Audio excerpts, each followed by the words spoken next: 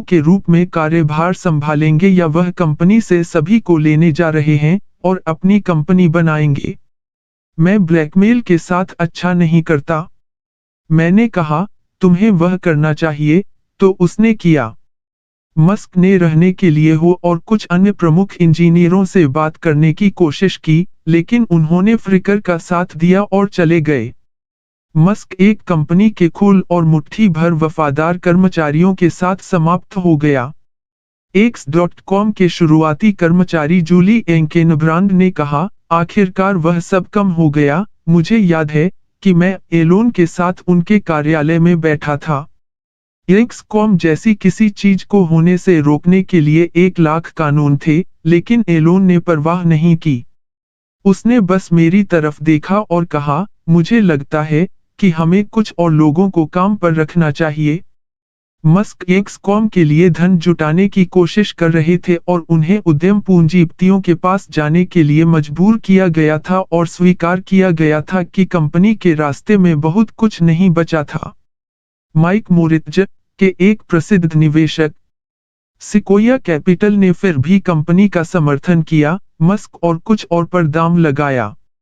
Musk एक बार फिर silicon valley की सड़कों पर उतरे और इंटरनेट बैंकिंग के भविष्य के बारे में अपने राह भाषणों से इंजीनियरों को आकर्षित करने में कामयाब रहे।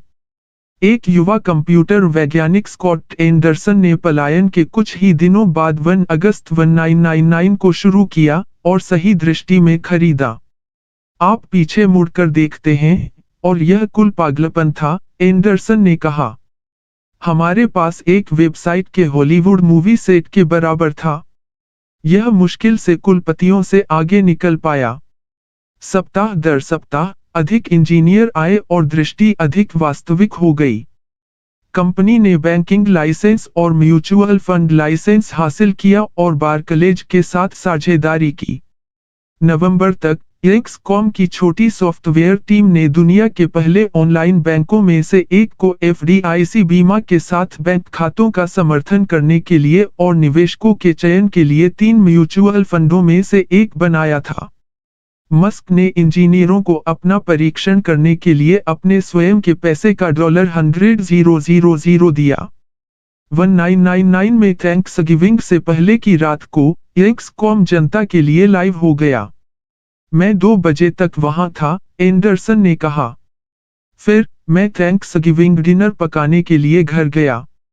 एलोन ने कुछ घंटे बाद मुझे फोन किया और कुछ अन्य इंजीनियरों को काम पर रखने के लिए कार्यालय में आने को कहा। एलोन वहां 48 घंटे सीधे रहे, यह सुनिश्चित करते हुए कि चीजें काम करें। मस्क के निर्देशन में X.com ने कुछ क्रांतिकारी बैंकिंग अवधारणाओं को आजमाया। ग्राहकों को सेवा का उपयोग करने के लिए साइन अप करने के लिए $20 नकद कार्ड और उनके द्वारा संदर्भित प्रत्येक व्यक्ति के लिए $10 कार्ड प्राप्त हुआ। मस्क ने मामूली फीस और ओवरड्राफ्ट पेनल्टी को खत्म कर दिया। एक बहुत ही आधुनिक मोड में X.com ने एक व्यक्ति से व्यक्ति भुगतान प्रणाली भी बनाई है, जिसमें आप साइट में उनके ईमेल पते को प्लग करके किसी को पैसे भेज सकते हैं।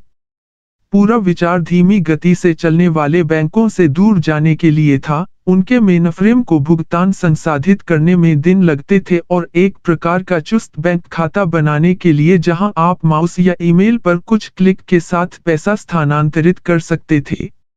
यह क्रांतिकारी सामग्री थी और ऑपरेशन के पहले कुछ महीनों के भीतर 200,000 से अधिक लोगों ने इसे खरीदा और X.com के लिए साइन अप किया। जल्द ही X.com का एक प्रमुख प्रतियोगी था। मैक्स लेविचिन और पीटर थियल नाम के दिमागी बच्चे कॉन्फिनिटी नामक अपने स्टार्टअप में खुद की भुगतान प्रणाली पर काम कर रहे थे। दोनों ने वास्तव में X.com से अपने कार्यालय की जगह एक गौरवशाली झाड़ू कोठरी किराए पर ली थी और पाम पायलट हैंडहेल्ड के मालिकों के लिए उपकरणों पर इंफ्रारेड बंदरगाहों के माध्यम से पैसे स्वैप करने के लिए इसे संभव बनाने की कोशिश कर रहे थे। X.com और कॉन्फिनिटी के बीच यूनिवर्सिटी एवेन्यू पर छोटा कार्यालय इंटरनेट वित्त क्रांति के उन्मादी उपरिकेंद्र में बदल गया था। यह किशोर पुरुषों का द्रव्यमान था जिसने इतनी मेहनत